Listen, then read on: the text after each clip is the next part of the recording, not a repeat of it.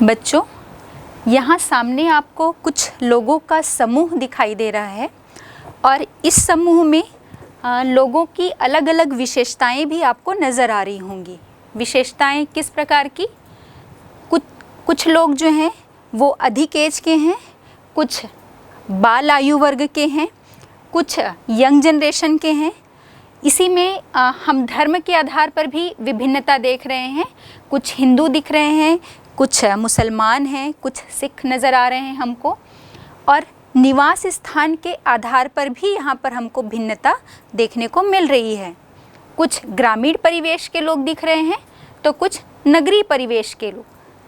साथ ही जेंडर के आधार पर भी हमको यहाँ भिन्नता देखने को मिल रही है। आप देख पा रहे हैं कुछ लड़कियाँ हैं, फीमेल हैं, और कुछ मेल, कुछ पुरुष हमको यहाँ पर नज़र आ रहे हैं। तो ये एक समूह के अंदर जो आपको इतनी सारी भिन्नताएं देखने को मिल रही है, इसे हम जनसंख्या की सामाजिक विशेषता कहते हैं। और जनसंख्या की सामाजिक विशेषता को हम जनसंख्या संगठन या पॉपुलेशन कंपोजिशन या पॉपुलेशन स्ट्रक्चर, जनसंख्या संरचना के नाम से भी जानते हैं। तो आज हम बात करेंगे इसी जनसंख्या संगठन पर, और इस जनसंख्या संगठन के अंतर्गत हम बात करेंगे लोगों के या जनसंख्या की का जो निवास स्थान होता है कि वो ग्रामीण क्षेत्र के हैं या नगरीय क्षेत्र के, इस पर बात करेंगे। इनका जो भाषाई समूह है, भाषा के आधार पर इन पे हम चर्चा करेंगे।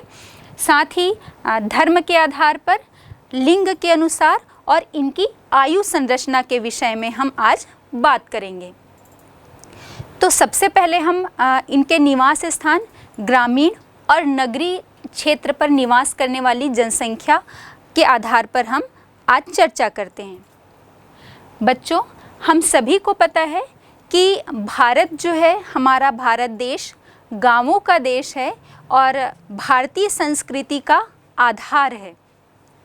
क्या आपको पता है कि हमारे भारत में लगभग 6,40,867 640,867 गांव मिलते हैं, और इतने गांवों में लगभग बसे हुए गांवों की संख्या जो है वो 5,97,608 597,608 जो हैं वो गांव बसे हुए हैं।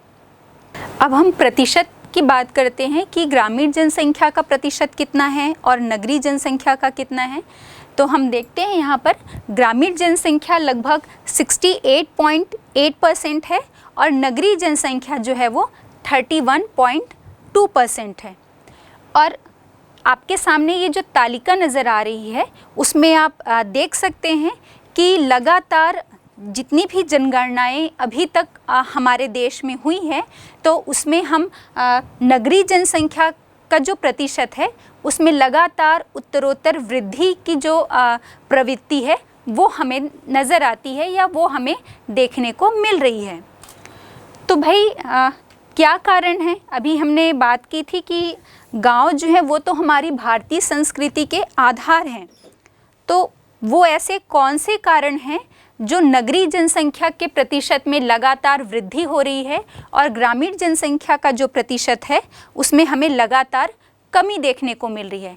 या हम ये कहें कि ग्रामीण जनसंख्या या गांवों में जो निवास करने वाले लोग हैं वो लगातार नगरों की तरफ क्यों आकर्षित हो रहे हैं? तो कुछ कारण हैं जो नगर की तरफ लोगों को नगर जो है लोगों को अपनी तरफ आकर्षित करते हैं। उसमें कुछ रीज़न हम देख रहे हैं। हम और पहले भी बात कर चुके हैं कि ग्रामीण क्षेत्र जो होते हैं वहाँ पर रोजगार के कम अवसर हमको मिलते हैं, जबकि नगरीय क्षेत्र में हमको बहुत से रोजगार के अवसर जो हैं हमारी क्वालिफ़िकेशन के आधार पर बहुत सारे अवसर हमको वहाँ पर उपलब्ध होते हैं। तो यही कारण है कि जब लोगों के पास रोजगार की कमी होती है, काम की कमी होती है, तो वो नगरों की तरफ जो है आकर्षित हो जाते हैं और नगरों की तरफ प्रवास करते हैं। और दूसरी हम देखेंगे कि आप में हमने अक्सर ये देखा है कि जो ग्रामीण क्षेत्र में लोग रह रहे हैं वहाँ पर वो जो आवास संबंधी सुविधाएं हैं, या मैं ये कहूँ कि जो शिक्षा से संबंधित सुविधाएं हैं, शिक्षा में भी यदि हम बात करें तो आपका जो एजुकेशन है वो हायर एजुकेशन हमें गांव में नहीं देखने को मिलता। यदि हमको और उच्च शिक्षा प्राप्त करनी है तो हम नगर की तरफ ही जाएंगे या नगरों में ही जाकर निवास करेंगे। तो दूसरा प्रमुख कारण है कि गांवों में आपको शिक्षा के कम अवसर मिलते हैं। अगर हमें उच्च शिक्षा प्राप्त करनी है तो हम नगरों की तरफ जाते हैं। तो ये दूसरा प्रमुख कारण है जो नगर की तरफ लोगों को आकर्षित करता है। इसके साथ हम देखेंगे स्वास्थ्य संबंधी सुविधाओं का भी अभाव होता है आपके गांवों में। और हम शहर में देखेंगे जितनी भी टाइप की जो मेडिकल फैसिलिटीज़ हैं, हर टाइप की मेडिकल फैसिलिटीज़ जो हैं वो आपको शहरों में या नगरों में उपलब्ध रहेंगी। तो चिकित्सा संबंधी सुविधाओं का जो अभाव है वो लोगों को नगरों की तरफ जाने के लिए प्रेरित करता है। इसके साथ ही हम देखेंगे कि नगर में जो लोग रहते हैं या नगर में रहने वाले जो निवासी हैं उन्हें यातायात परिवहन संबंधी जो सुविधाएं हैं, मतलब हर स्थान से उनकी कनेक्टिविटी होती है। यदि आप किसी ग्रामीण क्षेत्र में रह रहे हैं जो शहर से बहुत अलग थलग स्थित है, तो हम और आपको दिल्ली जाना है, कोलकाता जाना है या अन्य किसी भी बड़े नगर या महानगर की तरफ जाना है और आपको रेल से यात्रा करनी है, तो वहाँ पर आपको रेल की पटरियाँ नहीं मिलेंगी। आपको उसके लिए अपने आसपास लगे हुए शहर में ही जाना पड़ेगा और वहाँ से फिर आप रेल के माध्यम से या ट्रेन के माध्यम से जो है यात्रा कर पाएंगे। तो या आपके गांव में एयरपोर्ट की सुविधा आपको नहीं मिलेगी। यदि आपको प्लेन से सफ़र करना है तो भी आपको अपने आसपास के शहर में ही जाना पड़ेगा। तो परिवहन या यातायात जो संबंधी सुविधाएं हैं या हर स्थान से जो कनेक्टिविटी की हम बात करेंगे तो वो भी ग्रामीण क्षेत्र में हमें उपलब्ध नहीं होता है, जो लोगों को नगरों की तरफ जाने के लिए आकर्षित करता है।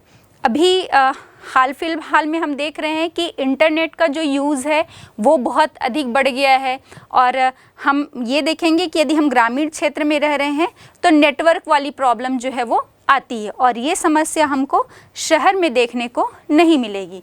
तो ये कुछ फैक्टर्स हैं जो आपको शहर की तरफ आकर्षित करते हैं या शहर में जाने के लिए मजबूर करते हैं। अब हम देखते हैं कि हमारे भारत में जो गांव हैं, हमने भी बात की थी कि लगभग 5,97,608 बसे हुए गांव हैं। उसमें भी हम देखते हैं कि गांवों को अलग अलग विभाजित किया गया है जनसंख्या के आधार पर। अधिक जनसंख्या से कम जनसंख्या का जो आकार है उसके आधार पर गांवों का वर्गीकरण किया गया है। तो पहले हम देख लेते हैं कुछ इससे संबंधित तथ्य जो हैं, जो जनसंख्या के आकार के आधार पर गांवों को वर्गीकृत करते हैं। उसमें पहला है आपका, भारत में लगभग जो 70% से अधिक जनसंख्या है वो छोटे आकार के गांवों में निवास करती है। इसके बाद लगभग 20% जो जनसंख्या है वो आपके मध्यम आकार के गांवों में निवास करती है और इसके बाद लगभग 5% जो जनसंख्या है वो बड़े आकार के गांवों में निवास करती है। तो ये ग्रामीण जनसंख्या से संबंधित जो कुछ तथ्य हैं भारत में। और साथ ही साथ हम देखते हैं कि उत्तर प्रदेश में, विशेषकर पूरे भारत में उत्तर प्रदेश ऐसा राज्य है जहां पर गांवों की संख्या और ग्रामीण जनसंख्या दोनों ही सबसे अधिक मिलती है पूरे भारत में। उसके बाद हम देखें दूसरा और क्रमशः तीसरा स्थान जो है वो आपके मध्य प्रदेश और बिहार का है। फिर हम बात करेंगे कि जो भारत के इस नक्शे में आप देख पा रहे हैं, भारत का जो पूरा उत्तर पूर्वी राज्य है, चाहे हम उत्तर पूर्वी राज्य की बात करें या जितने भी जो केंद्र शासित प्रदेश हैं, वहाँ पर हम देखेंगे कि इन क्षेत्रों में ग्रामीण जनसंख्या का प्रतिशत जो है वो अपेक्षाकृत भारत के जो राज्य हैं उनकी अपेक्षा यहाँ पर ग्रामीण जनसंख्या कम देखने को मिलती है। फिर एक और फैक्टर है जिसमें जो प्रायद्वीपीय भारत के जो राज्य हैं प्रायद्वीपीय भारत मतलब भारत का जो प्रायद्वीपीय पठार वाला हिस्सा आप यहाँ पर देख पा रहे हैं, उसमें भी मुख्य रूप से उड़ीसा है, आंध्र प्रदेश, महाराष्ट्र और कर्नाटक। यहाँ पर हम देखेंगे कि जो ग्रामीण जनसंख्या है वो नगरीय जनसंख्या की अपेक्षा यहाँ पर हमको कम देखने को मिलती है। तो हम इसको फिर से समराइज़ कर लेते हैं कि जब हम गांवों की संख्या या ग्रामीण जनसंख्या की जो हमने बात की, तो उसमें हमने देखा कि उत्तर प्रदेश जो है वो पहले स्थान पर है, उसके बाद फिर मध्य प्रदेश और बिहार है। लेकिन जब हम मध्य के कम की बात करेंगे तो पूरे केंद्र शासित प्रदेश और भारत के जो पूरे उत्तर पूर्वी राज्य हैं वहाँ पर हमको कम जनसंख्या कम देखने को मिली, ग्रामीण जनसंख्या जो है। और हम जो प्रायद्वीपीय भारत की बात कर रहे हैं तो प्रायद्वीपीय भारत के राज्यों में मुख्य रूप से हमने कहा उड़ीसा, आंध्र प्रदेश, उसके बाद महाराष्ट्र और कर्नाटक। यहाँ पर ग्रामीण जनसंख्या जो है वो नगरीय जनसंख्या की अपेक्षा अधिक है। तो ये कुछ तथ्य हो गए जो ग्रामीण जनसंख्या और नगरीय जनसंख्या के तथ्यों को हमारे सामने भारत के संदर्भ में लेकर आते हैं। अब हम बात करते हैं नगरीय जनसंख्या। नगरीय जनसंख्या के आधार पर भी भारत को कुछ क्षेत्रों में वर्गीकृत किया गया है। तो नगरीय जनसंख्या का क्षेत्रीय स्वरूप हम देखते हैं अपने भारत में। तो सबसे पहला इसे 3 भागों में वर्गीकृत किया गया है या विभाजित किया गया है। पहला है 30% से अधिक नगरीय जनसंख्या वाले क्षेत्र। उसके बाद दूसरे नंबर पर हम लेते हैं 15 से 30% नगरीय जनसंख्या वाले क्षेत्र। और तीसरा जो है वो ऐसे क्षेत्र आते हैं जहाँ पर 15% से भी कम नगरीय क्षेत्रफल हमें मिलता है। तो पहले में हम देखते हैं जो सबसे अधिक जहाँ पर नगरीय जनसंख्या का फैलाव है, 30% से अधिक नगरीय जनसंख्या वाले क्षेत्र की हम बात करेंगे। तो उसमें सबसे पहले नंबर पर है दिल्ली, जहाँ पर 97.50% जो है नगरीय जनसंख्या है। उसके बाद चंडीगढ़ आता है 97.28%। फिर इसमें मुख्य रूप से महाराष्ट्र भी है 45.23 और तमिलनाडु का परसेंट है आपका 48.45%। इसके बाद दूसरे नंबर पर हम देखते हैं जहाँ पर 15 से 30% नगरीय जनसंख्या जो है वो निवास करती है। ऐसे क्षेत्रों में केरल हैं 47.72%। उसके बाद आंध्र प्रदेश का स्थान आता है 33.49% और उसके बाद हरियाणा है 34.79%। और हमारे छत्तीसगढ़ में नगरीय जनसंख्या का प्रतिशत जो है वो 23.24% जो है वो मिलता है। फिर तीसरा विभाजन हम देख लेते हैं जहाँ पर 15% से भी कम नगरीय जनसंख्या मिलती है। तो यहाँ पर मुख्य रूप से बिहार राज्य है। बिहार आप यहाँ पर नक्शे में देख पा रहे होंगे जहाँ पर 11.30% मिलता है। उसके बाद उड़ीसा है 14.97%।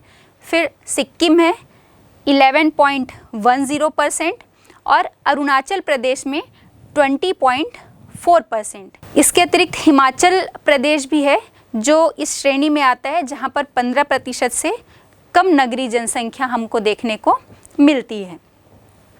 ये हो गई बात ग्रामीण और नगरीय जनसंख्या की।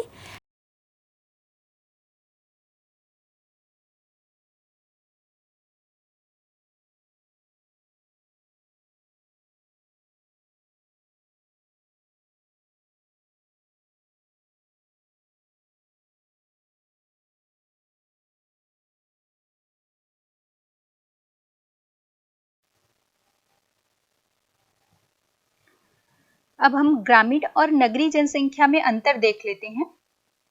इसमें प्रमुख अंतरों की जब हम बात करेंगे तो पहला है गांवों में जो आपको आवास मिलेंगे वो अव्यवस्थित क्रम में होते हैं। इसकी आवासीय संरचना का कोई क्रम नहीं होता है, जबकि नगरीय जनसंख्या की जो आवासीय संरचना होती है वो व्यवस्थित एवं क्रमबद्ध होती है।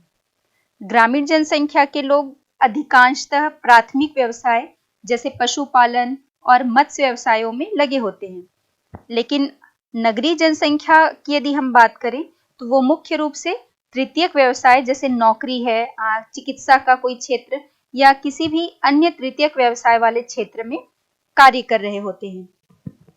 ग्रामीण जनसंख्या में एक सामाजिक संबंध पाया जाता है। सब जितने भी लोग वहां पर निवास करते हैं वो एक दूसरे से सामाजिक रूप से जुड़े होते हैं। लेकिन नगरीय जनसंख्या में यह बात नहीं होती। यहाँ पर सामाजिक संबंध केवल औपचारिक होते हैं। ग्रामीण क्षेत्र में आवास और परिवहन की समस्याएं नहीं होती हैं, क्योंकि वहां पर जो आवास हैं वो पास पास स्थित होते हैं। लेकिन नगरों में यदि हम देखें तो यहाँ पर आवास की समस्या, क्योंकि जनसंख्या बहुत अधिक होती है, साथ ही परिवहन के साथ साथ स्वास्थ्य संबंधी अनेक समस्याएं जो हैं वो निर्मित हो जाती हैं। ग्रामीण जनसंख्या का जीवन शांत और बनावटीपन से दूर होता है, लेकिन नगरीय जनसंख्या की जो जीवन व्यवस्था है वो व्यस्त, संघर्ष युक्त और भौतिक सुख सुविधाओं को जुटाने में लगी होती है। ग्रामीण क्षेत्र के लोग खुले वातावरण में रहते हैं, वहाँ किसी भी प्रकार का कोई भीड़ भाड़ नहीं होता है, जबकि नगरों में बहुत अधिक भीड़ भाड़ होता है और मकान भी या आवास जो है वो आवश्यकता अनुसार नहीं होते हैं। गांवों में पर्यावरण प्रदूषण बहुत कम होता है, लेकिन नगरों में पर्यावरण प्रदूषण एक प्रमुख समस्या है। गांवों में शिक्षा और स्वास्थ्य सेवाएं या मनोरंजन के साधनों का अभाव मिलता है, लेकिन नगरों में शिक्षा, स्वास्थ्य, मनोरंजन आदि अनेक प्रकार की सुविधाएं जो हैं उसमें हमको बहुत सी व्यवस्थाएं उसके अंतर्गत देखने को मिलती हैं।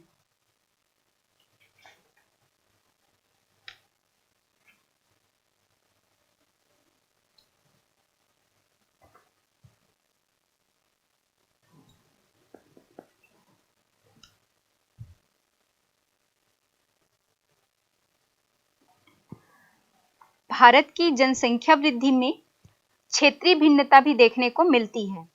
कहीं पर ये दशकीय जनसंख्या वृद्धि दर जो है वो अधिक है, कहीं पर कम जनसंख्या वृद्धि देखने को मिलती है।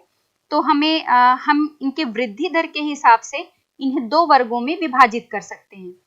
पहला है आपका उच्च जनसंख्या वृद्धि क्षेत्र और दूसरा निम्न जनसंख्या वृद्धि क्षेत्र।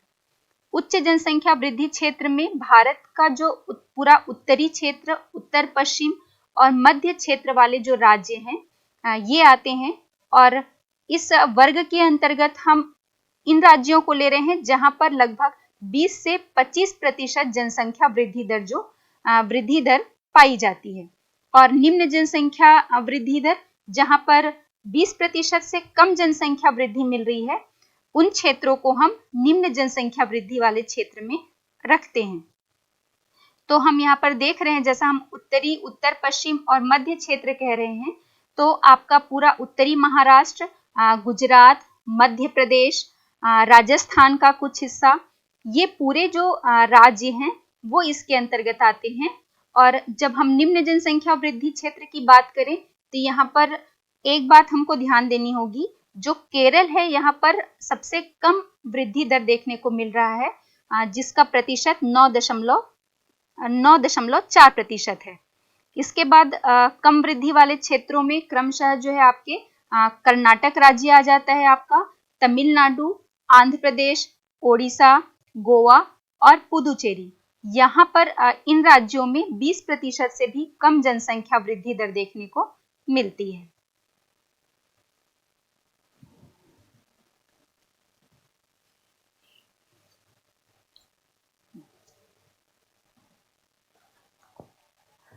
अब हम जनसंख्या के संगठन की दूसरी विशेषता देख लेते हैं।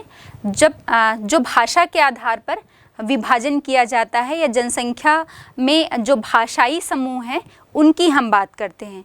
हम सभी को पता है कि हमारे देश में बहुत सारे भाषा और बोलियों को बोलने वाले लोग रहते हैं। भाषा और बोली से संबंधित बहुत अधिक विविधता जो है वो हमारे देश में देखने को मिलती है। तो सबसे पहले मैं आपको बता दूं कि जो भारत में भाषा का भाषाई सर्वेक्षण किया गया था वो लगभग 1903 से 1928 के मध्य किया गया था और ये कार्य किया था ग्रियर्सन के द्वारा, या ग्रियर्सन महोदय ने ये भाषाई सर्वेक्षण जो है वो भारत में किया था इस अवधि के दौरान। और तब कुछ बातें जो हैं वो निकल कर आई थी, जिसके अंतर्गत हम यहाँ पर देख रहे हैं कि भारत में 179 भाषाएं जो हैं वो बोली जाती हैं और लगभग 544 बोलियाँ बोली जाती हैं।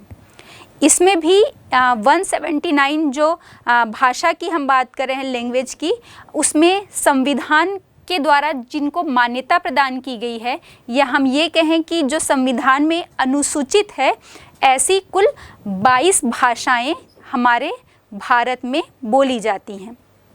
जिसमें इन 22 भाषाओं में भी यदि हम बात करें तो सबसे अधिक बोली जाने वाली जो भाषा है वो आपकी हिंदी है और सबसे कम बोली जाने वाली जो भाषा है वो संस्कृत है, उसके बाद बोडो और मणिपुरी। आपको पता होना चाहिए कि जितनी भी भाषाएं बोली जाती हैं उन सभी भाषाओं की जननी जो है वो हमारी भाषा संस्कृत ही है। और हम यहाँ पर देख रहे हैं इन आंकड़ों से कि आज इसकी स्थिति बहुत अच्छी नहीं है, या हम ये कहें कि बहुत खराब स्थिति में है कि सबसे कम बोली जाने वाली भाषा में आज संस्कृत को शामिल है। फिर हम वर्गीकरण यदि करते हैं, भाषाओं का वर्गीकरण किया जाए तो 4 भाषा परिवार जो हैं वो भारत में हमें मिलते हैं। इसमें आप सबसे पहले देख रहे हैं आस्ट्रिक भाषा परिवार है, जिसे हम निषाद के नाम से भी जानते हैं। इनका प्रतिशत जो है वो लगभग 1.38% जो है वो आस्ट्रिक भाषा परिवार हमें भारत में मिलता है। इसके बाद द्रविड़ भाषा परिवार है। द्रविड़ भाषा परिवार का जो समूह है वो लगभग 20% हमें यहाँ पर भारत में मिलता है। फिर तीसरे नंबर पर हम देख रहे हैं चीनी तिब्बती भाषा परिवार है और इसका जो प्रतिशत है वो 0.85% है।